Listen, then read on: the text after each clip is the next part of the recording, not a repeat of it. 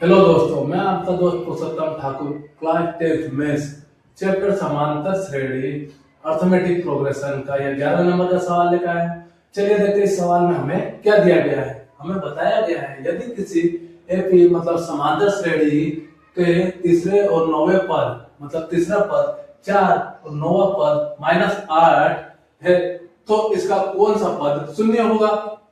मतलब हमसे यह बताया जा रहा है क्वेश्चन में कि कोई समांतर श्रेणी है, उसका तीसरे नंबर मतलब n बराबर 3 तीसरे नंबर का पद 4 और n बराबर 9 मतलब नौवे नंबर के पद क्या है -8 है। तो वह कौन सा पद होगा जिसकी वैल्यू शून्य होगी। मतलब n क्या होगा जिसकी वैल्यू शून्य होगी। मतलब हमारा 3 पे 4 है, 9 नंबर पे 8 है, तो वह कौन सा नंबर होगा श्रेणी का जिसके नंबर पर शून्य होगा, शून्य वैल्यू होगी। तो चलिए आइए सवाल को ज्ञात करते हैं। तो हमें दिया है, वो लिखते हैं पहले। दिया है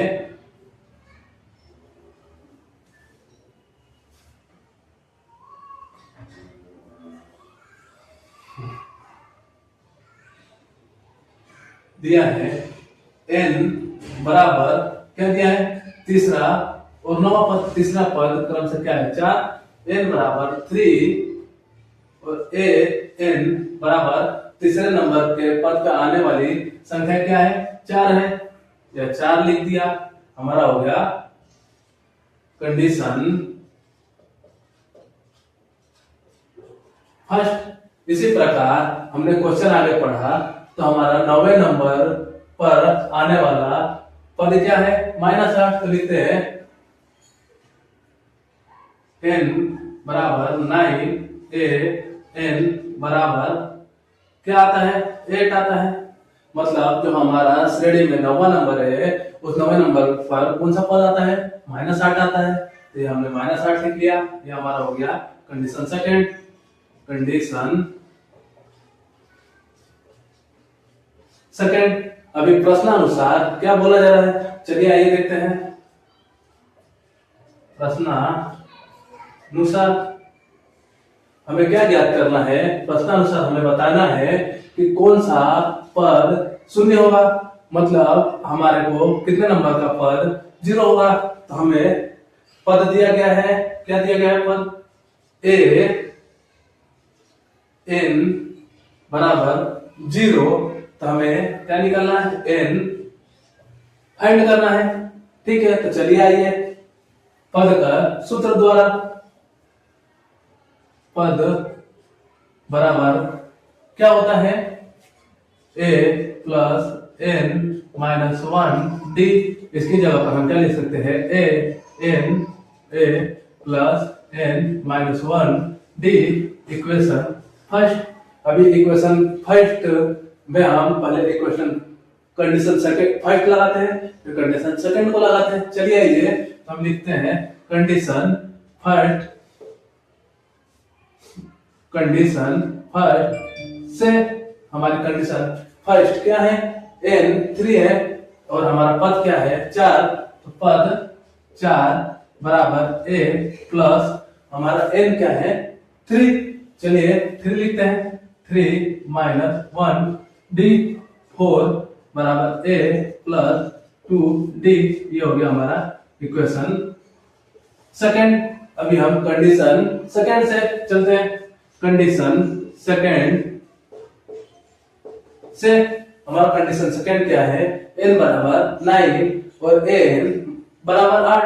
मतलब 9वें नंबर पर हमारा कौन सा पद है -8। हम लिखते हैं पद की जगह पर -8 बराबर a प्लस n की जगह पर हम लिखते हैं 9 माइनस 1 d माइनस 8 बराबर a प्लस 8 d। ये हो गया हमारा कंडीशन थर्ड।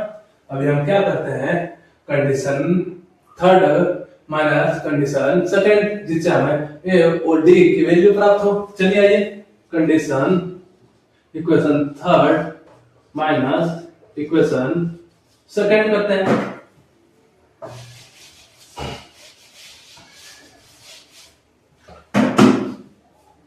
तो हमारा क्या है इक्वेशन थर्ड a प्लस 8 लिखते हैं a प्लस 8 d माइनस हमारा कंडीशन सेकेंड क्या है, सॉरी इक्वेशन सेकेंड क्या है, a प्लस 2d बराबर हमारा इक्वेशन थर्ड में क्या है, -8 लिख देते हैं, -8।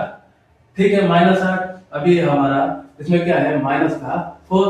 अभी हम माइनस को हटाते हैं, अंदर गुणा करते हैं ब्रैकेट के, तो क्या आएगा, ब्रैकेट के अंदर के पदों की संख्या साइन चेंज हो जाते हैं, तो -a माइनस 2d बराबर minus minus minus 12 minus minus plus होता है, पर साइन आता है माइनस का, ए हो गया कैंसल, यहाँ पर आया 6d बराबर -12, गुणा में है तो d क्या हो जाएगा, इधर अकेला और 6 आ जाएगा डिवाइड में, तो यहाँ पर क्या आया 2d बराबर आया -2।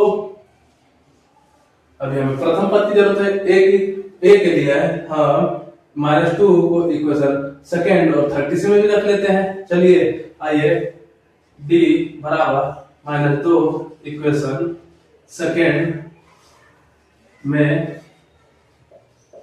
रखने पर हमारा इक्वेशन सेकेंड क्या है, 4 बराबर a प्लस 2d। ठीक है, हम 4 बराबर a प्लस 2 इंटू -2, इस भाग को मैं रद्द कर देता हूं।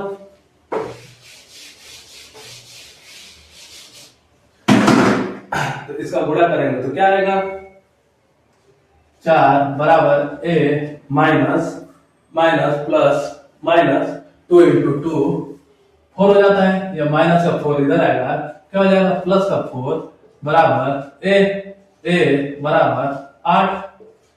हमारा क्या आया 8।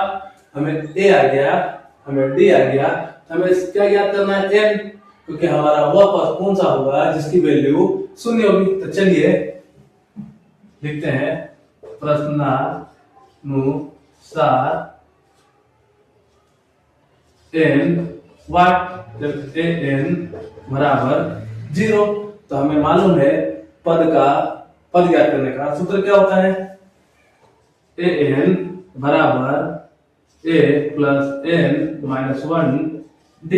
इसमें वैल्यू रख देते हैं, हमारा an यहाँ पर क्या है, 0 है, बराबर ये हमारा क्या आया 8, हम 8 रख देते हैं, प्लस n माइनस 1, हमारा d क्या है -2, यहाँ पर इंटू -2 रख देते हैं, बराबर 0 8 माइनस के अंदर गुणा कर देते तो -2n प्लस 2, माइनस n में गुणा किया तो plus minus minus 2n minus और माइनस से गुणा किया तो प्लस का 2। ठीक है,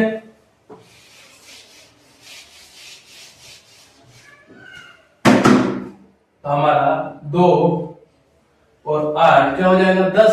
चलिए लिखते हैं 0 बराबर 10 माइनस 2n। अभी हमारा 2n माइनस का है तो बराबर किधर ले जाते हैं, तो क्या हो जाएगा प्लस का 2n, क्योंकि 0 का कोई मतलब नहीं। अभी हमारा 2 गुणा में है तो बराबर किधर क्या होगा, भाग में, 2 एकम 2, 2 पचे 10, n बराबर हमारा क्या आ गया 5 आ गया। मतलब कि जो हमारा 5वें नंबर का पद होगा वह 0 होगा। ठीक है, यह हमारा आंसर है। आशा है कि मुझे यह सवाल आपको समझ में आया होगा। धन्यवाद।